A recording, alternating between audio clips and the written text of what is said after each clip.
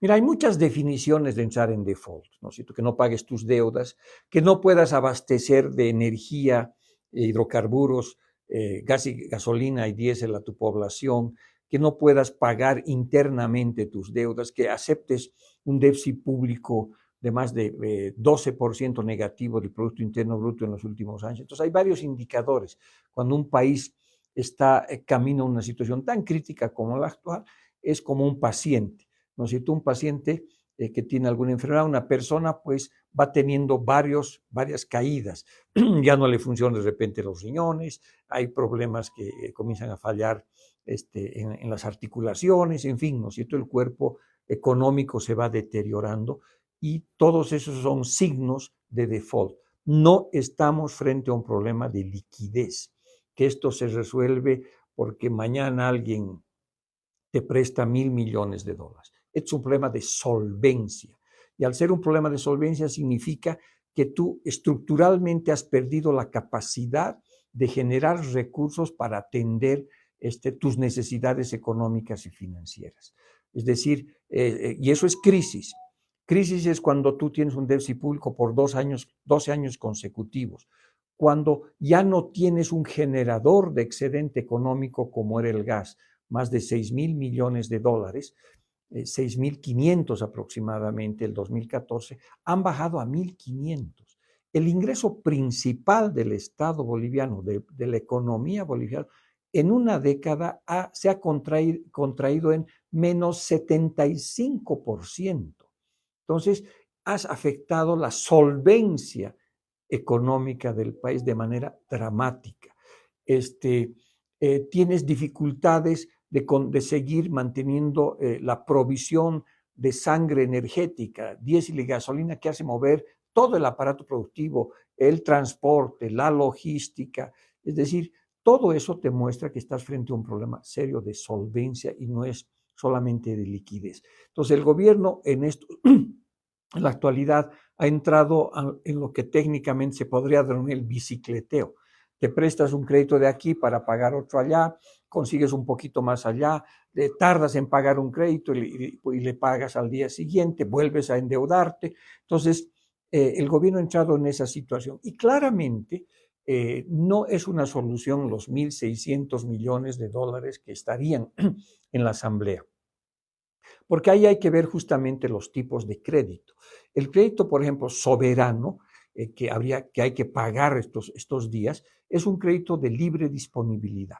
Tú emites un bono y el externo te da dólares. Esos dólares entran directamente al Banco Central de Bolivia, generalmente en cantidades grandes. Si emites un bono por 100, 200, 500 millones de dólares, te van a entrar 200, 500 millones de dólares y tú decides hacer lo que quieras con esos dólares. Por eso son de libre disponibilidad y eso te da liquidez.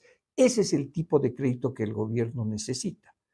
Sin embargo, los créditos que están en la Asamblea son créditos de proyectos de desarrollo, de inversión pública. Primero, que no entran de un solo saque.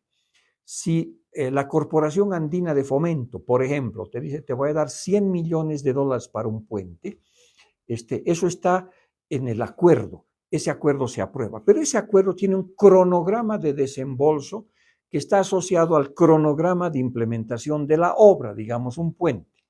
Entonces, es probable que en los primeros 6 meses te desembolsen $10 millones para pagar los estudios de ingeniería y otras cosas, ¿no?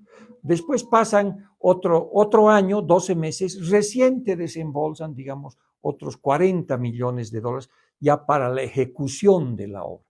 Entonces, no es dinero que viene de la noche a la mañana y que entra con total liquidez a la economía boliviana.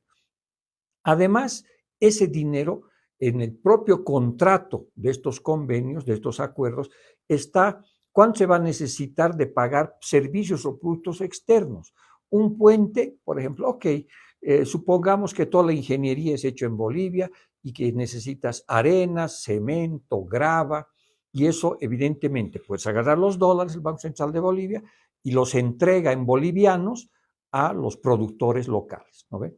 Pero no todo es eso. En Bolivia dependemos mucho de las importaciones. El alquitrán, el propio hierro, o sea, decenas de otras cosas para ese puente vienen de afuera y requieren dólares. Entonces, puede ser que entre, digamos, 40 millones de dólares, pero la mitad se tiene que ir, salvo que no ejecutes la obra, y ese es un problema. Ahora, no ejecutas la obra, no te desembolsan el siguiente tramo, y ahí se corta.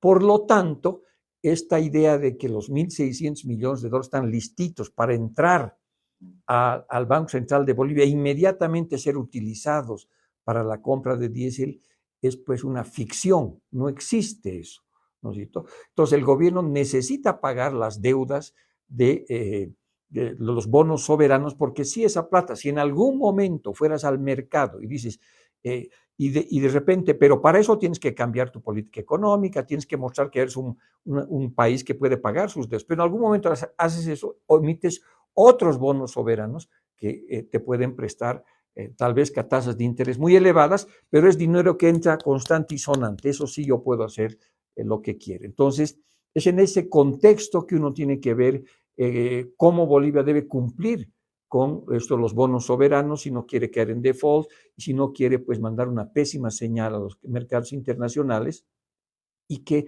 en algún momento vas a necesitar de ellos.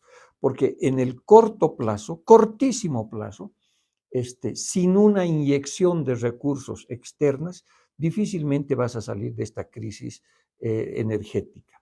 Después puedes hacer muchas cosas, ¿no es cierto? Puedes cortar gasto público, en fin, hay que hacer muchas cosas simultáneamente. Pero el agua está aquí, a la altura de la quijada, y hay una motosierra que está viniendo a la altura de la rodilla. Entonces, en esa situación, pues tienes que cumplir con tus deudas y estás frente a estas elecciones de vida o muerte. O compras diésel o pagas tus deudas, ¿no es cierto? O aumentas el salario a la Central Obrera Boliviana o pagas tus deudas. O sea, no vas a poder hacer simultáneamente varias cosas. Gran peligro de todo esto, especialmente para temas internos, es que el gobierno sigue utilizando la maquinita de la impresión de bolivianos, pero eso también es inflación a futuro. Entonces, una vez que se desorganiza la economía, una vez que una crisis comienza, esta se desarrolla muy rápidamente. Y cuanto más tiempo tardes en parar esa crisis, es muchísimo más difícil. Pero es un ajedrez de política económica de múltiples dimensiones. Son varios tableros que tienes que ver simultáneamente y, por supuesto, tienes que hacer pues medidas consistentes con esa cosa y no estas 10 medidas que pues son el ejemplo de lo que en Bolivia se conoce como el falso afán. Tú haces cosas que no tienen ningún resultado, pero las presentas como si esto fuera el divisor de aguas de la política económica, ¿no?